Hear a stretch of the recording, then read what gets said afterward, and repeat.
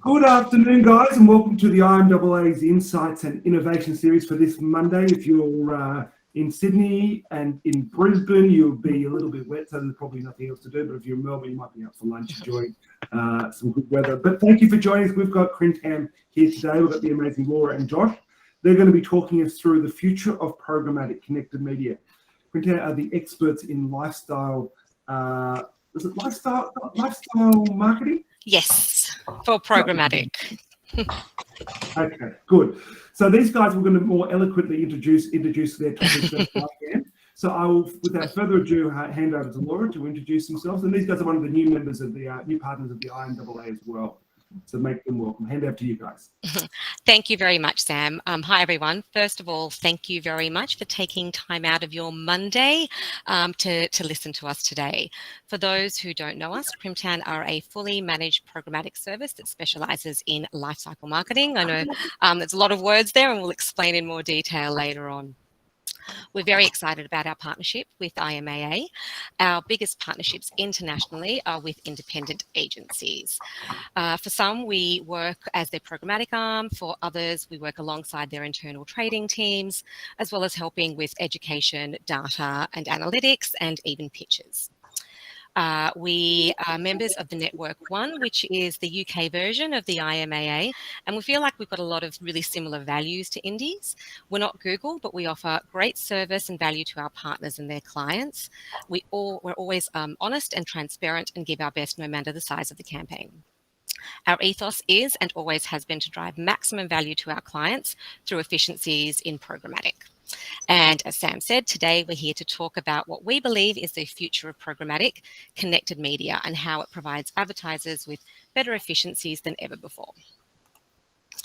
So I am Laura, I'm a business director here at Crimtan. I've been here for 2.5 years, pretty much right before COVID started. And in that time, I also had a baby, and I look nothing like that picture anymore. And here with me is Josh Wilson, who is our commercial director and heads up all of JPAC, and he's actually based in Japan. So because some of you might not be familiar with us, we're going to give you a little bit of a rundown around what we do to provide some context. Feel free to ask any questions, or I believe we've got question time at the end actually, but IMAA will provide you with a recording. You guys are all over this and leave behind with our details if you think of any questions later on. Sorry, I don't know whether you can see that or not. So Crimtan are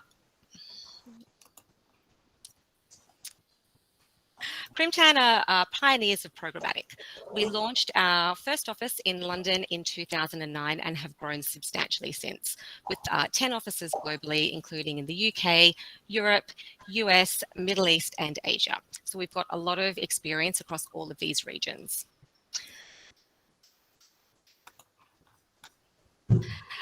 We've worked with every major agency group, with advertisers of every scale, big and small, across every vertical. But as I said earlier, our biggest focus globally is our partnerships with independent agencies. We currently have got 25 partnerships with indies globally.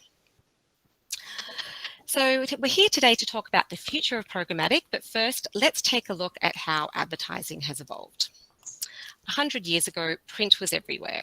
Newspapers were how people got their news and entertainment, and brands took advantage of that. Wireless radio went from something used to communicate from land to ship to a way of distributing news and entertainment, providing another medium for brands.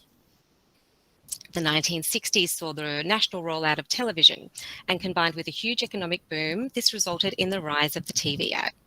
Television was the perfect way for sellers to advertise their products, and there was a dramatic increase in television commercials, such as the happy little Veget White one that you can see on the screen now, which is still relevant today. And then came the online revolution, which started with email. The first email blast was sent in 1978 to 400 recipients and resulted in $13 million in computer sales. Then in 1984, a year after the birth of the World Wide Web, the banner ad was born. 1996 saw the launch of search ads, and a little company called DoubleClick launched, which later sold to Google. In 2000, Google launched AdWords, which netted them $70 million in their first year. Shortly after, web browsers started to roll out ad blockers. Then came the launch of Facebook, YouTube, Criteo, and Outbrain, to name a few. The online revolution has given birth to many new platforms and technology, which has made it easier to target audiences more effectively. Most media channels can now be purchased programmatically, and we have access to vast amounts of data. Why then are marketers finding it so difficult to gain insights from their data? 47% of marketers say that silos are their biggest problem when it comes to gaining insights from data. So this was the exact problem that our founders, Paul and Yuri, saw back in 2009. Paul was one of the founding employees of DoubleClick, which was about to be purchased by Google, and Yuri was working for a major DMP at the time. They were both frustrated by an industry that they saw as inefficient, with different platforms operating in silos. And that's how Crimtam was born. As has the entire industry, Crimtam has evolved a lot since our launch. We started out as a DMP, and then we built our own proprietary DSP. In our early days, we were educating the major agency groups in the UK about programmatic. We then acquired a DCO, or Dynamic Creative Platform, in 2013 and integrated that into our ad stack. We have partnered with all the major industry bodies over the year. We're founding partners of the IAB and were the first to integrate IAS brand safety across all of our campaigns. We forged many partnerships, particularly with independent agencies, won awards, and continued to develop our technology to meet the ever-changing digital landscape. When GDPR, or the General Data Protection Regulation, came into effect, we developed a consent management platform. We have developed a persistent ID solution that doesn't rely on third-party cookies to combat changes to browsers like Safari. We have continually evolved to safeguard our business and our partners, with compliances in every country that we operate in, and provide solutions to changes in technology and data governance. And we continue to help our partners solve the biggest issues facing marketers today: the demise of cookies, siloed technology, and just being able to be more efficient with all the new technology.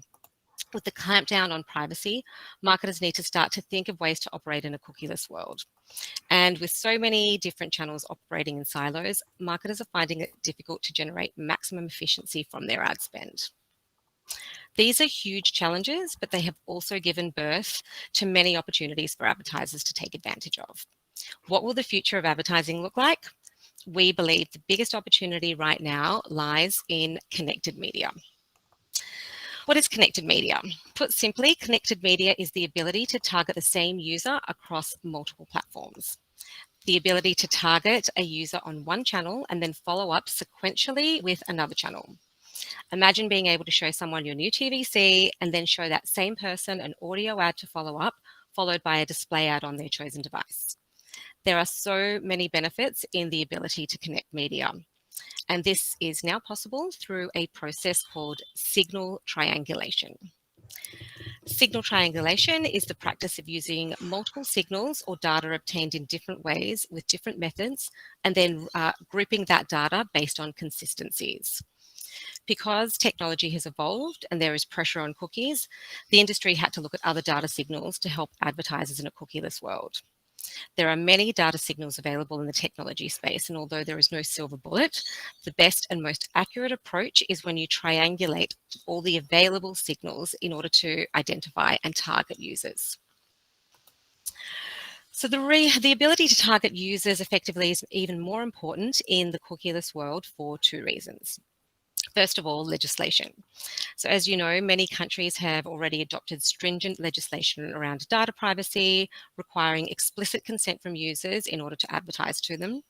The Australian government is also navigating these changes as we speak, with legislation expected to change in the very near future. Also, changes to technology. Changes to the way third-party cookies work across major browsers like Safari, changes to tracking on iPhone operating systems all make it more difficult to find an audience. So let's look at this more closely. This is a snapshot of data legislation around the world. It varies from country to country and continues to evolve. Each region has a different data protection authority and privacy legislation with different consumer data rights. The gold standard is currently UK and Europe with GDPR, which requires explicit consent, meaning you must agree to receive advertising rather than agreeing by action of visiting a site. And many countries, including Australia, are expected to follow suit. In fact, it was only late last year that two significant pieces of legislative work were released: the Online Privacy Exposure Draft and the even more widely impactful Privacy Act review paper. We are currently undergoing a complete rethink of personal information, changes to how organisations collect, disclose and use consumer data, with tougher online privacy protection and higher penalties for non-compliance. And then there's changes to technology, which have also impacted our ability to target people. The industry as a whole has become heavily reliant on third-party cookies. Interestingly, third-party cookies were not actually invented for targeting purposes. They were originally created to enhance user experience so that when you return to a site, it would remember the pages that you visited and your login data and that type of information. The advertising industry saw a different use for third-party cookies and basically hijacked them. Over time, hardware companies like Apple have introduced intelligent tracking to prevent tracking cookies on their devices. Browsers followed suit, automatically wiping third-party cookies over short periods of time and preventing the ability to retarget these users. Google recently announced that they will phase out third-party cookies altogether. And then there are the tech giants who are fighting for domination. Their actions have a huge impact on the entire digital landscape. Apple and Google both work with different types of data signals that you can see. What works in Google doesn't work in Apple and vice versa.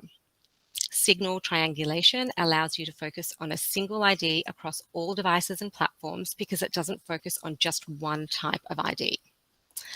Now I will hand over to Josh to do a little bit of a deep dive into signal triangulation. Thank you, Laura. Hi, everyone. I'm Josh, the Commercial Director for Crimtan. And as Laura mentioned, I'm based out of our Tokyo office.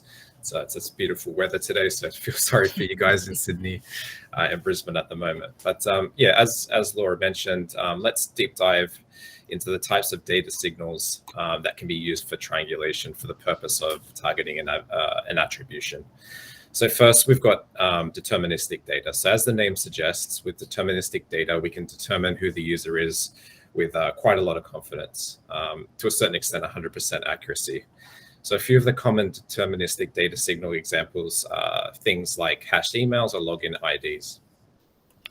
There's also a few common universal ID solutions out there at the moment that are being developed and rolled out for adoption amongst advertisers and publishers. So you may have heard of Unified ID 2.0, which is the one that's been developed by the Trade Desk. And then there's also LiveRamp ID, DigiTrust ID, and there's quite a few others. I think there's a question in the industry at the moment around adoption. And without that, we may have an issue of scale. So relying on deterministic data signals only to do things like connected media is something that we can't just do at this current time. So that's when we can kind of look at probabilistic data signals. So again, as the name suggests, these data signals essentially pulling in many non-personal data points, things like a user's browser language and setting, browser plugins, HTTP headers, user agents, and so on. So with a degree of confidence, or in this case, probability, we can target and attribute users accurately. So the more probabilistic data signals that we can layer on to a particular user, the more accurate we can be. Another type of data signal is data signal aggregations. So these data signals are based on deep learning algorithms. So a few examples of this would be things like frequently visited sites, geolocation, time of access, and other general data signals that can be grouped by online behaviors.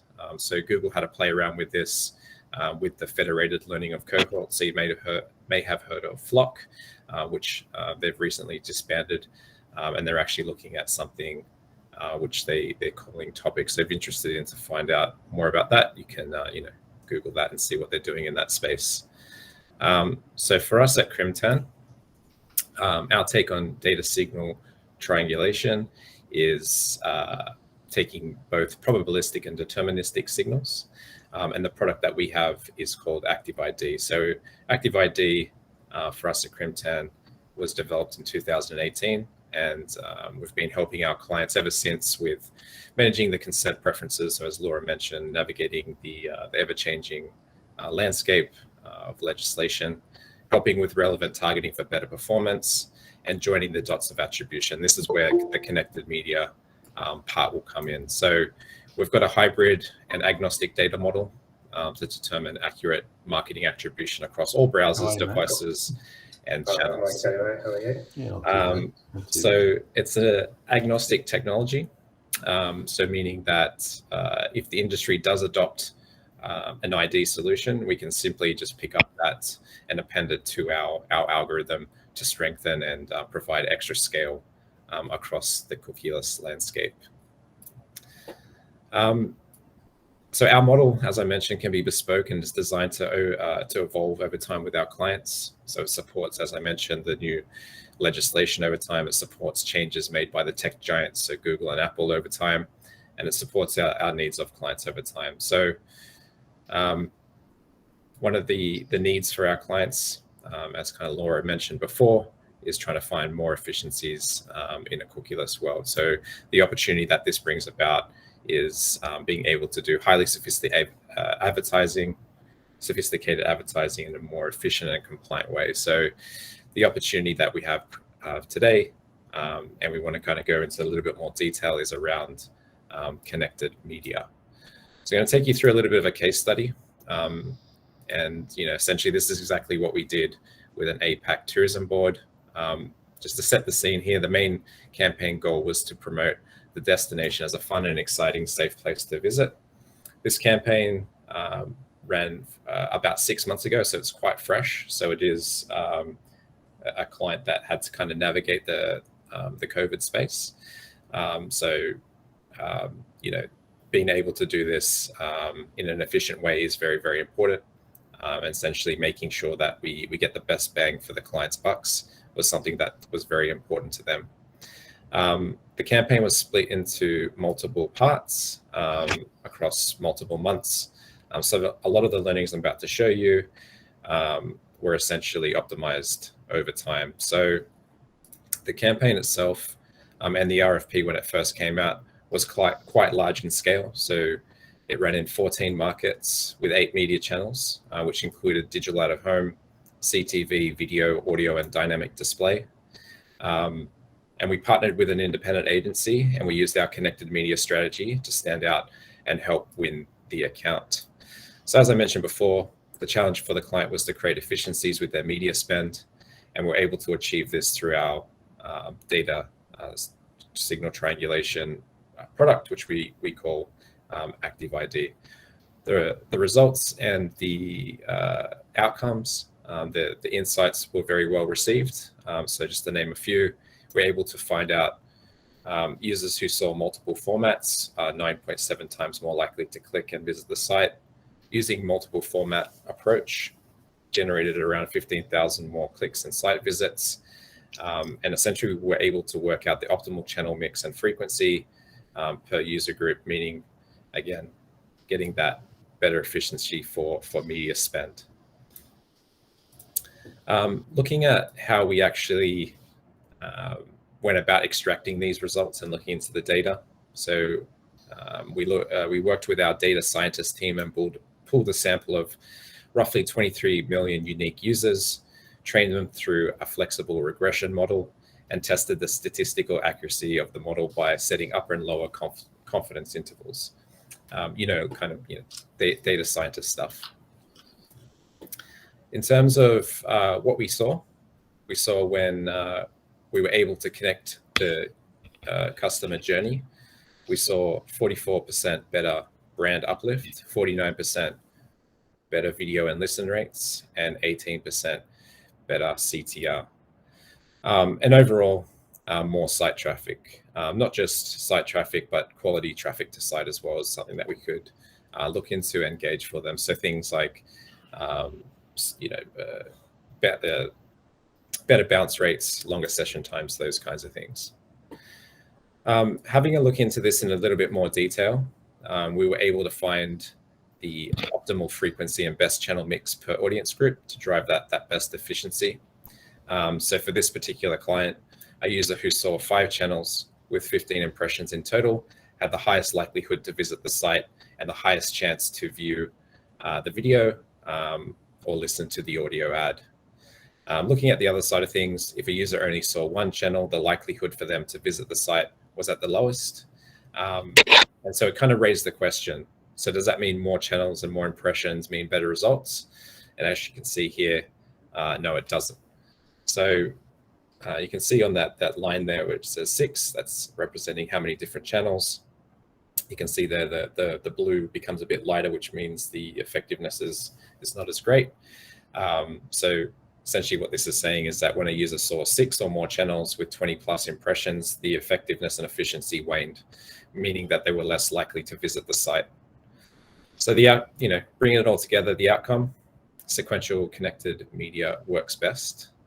For this client, it was quite large in scale, but we've been able to use these connected media strategies underpinned by Active ID for other clients in smaller scales. For example, just connecting video and display, or audio and display, or digital out of home and display. And it all indicates the same kind of results. It's all driving better efficiencies and better spend results for our clients. This is a travel example, but we do have case studies for retail, e-commerce, finance, auto, B2B, and so on. So if you're interested in finding out more about those client verticals, be sure to reach out and we can provide that for you. So yeah, back to you, Laura. Thank you very much. Thanks, Josh. So now we are going to test to see if we were able to keep your attention. We are about to do a quiz. I'm going to show you a QR code. So if you could scan the QR code in order to play, it will just ask you for a nickname. We'll just wait for everybody to join. And then we're going to be asking you 5 questions, and whoever answers the most questions correctly in the fastest time will win a $200 Westfield voucher.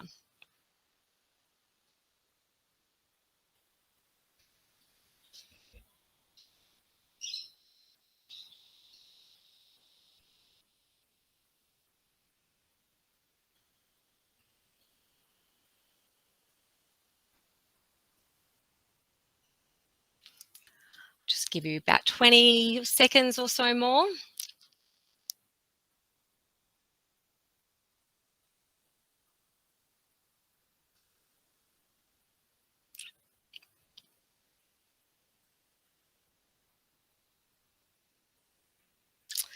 Okay, let's begin.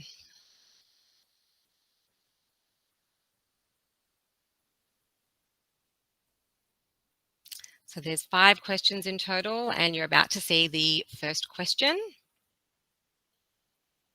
which is, in what year was the banner ad launched? Was it 2000, 1996, 1984, or 2004?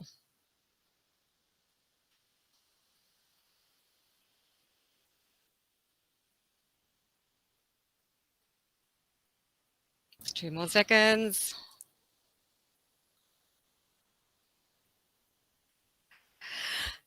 So the correct answer was 1984. There were 9 people who had the correct answer.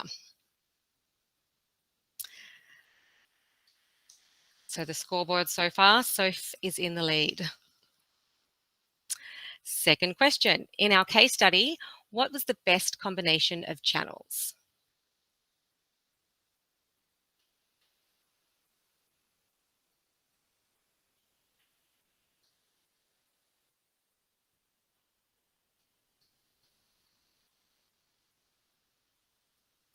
And the correct answer was 13, oh sorry, no, it's 5 with 13 people who were correct. So let's look at the scoreboard. Oop, Daniel is now in the lead. See, things can change very quickly. Next question.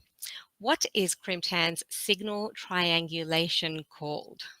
Luckily, it's not called signal triangulation because it is really hard to say.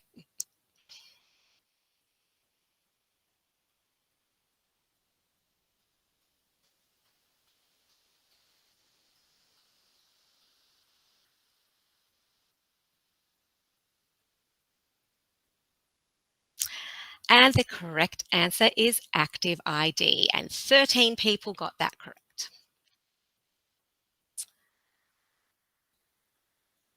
Oops, Stephanie is back in the lead now. So question number 4, you can answer, or you can pick more than one answer for this question. Which of the following are deterministic data points? So you can select more than one.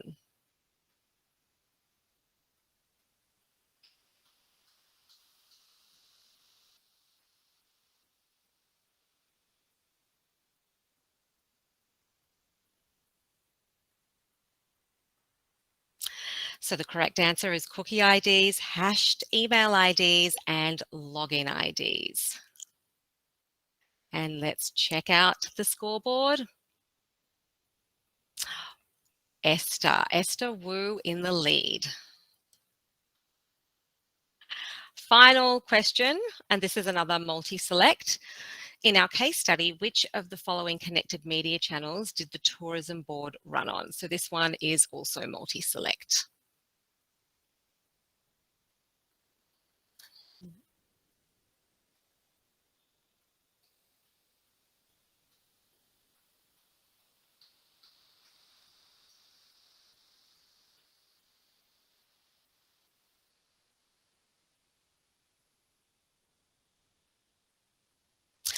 And the correct answer is all of them. So now let's take a look to see who the winner is. So third was Mary Rose. Second was Ali, my daughter's name. And first, with the most answers correct in the fastest time, was Stephanie. So Stephanie, if you could send through your email, then we will send out the Westfield vouchers. And Josh, I don't know, maybe we can give a runner-up prize for the runners-up too. What do you think? Send me through your emails and I'll see what I can do. Sure, why not? So that concludes our presentation. There was a lot of information in there, so we wanted to kind of try and keep it quite basic. But if you do want any more information about any of those topics, or if you have any questions, feel free to, either ask them now or you can get back in touch with us.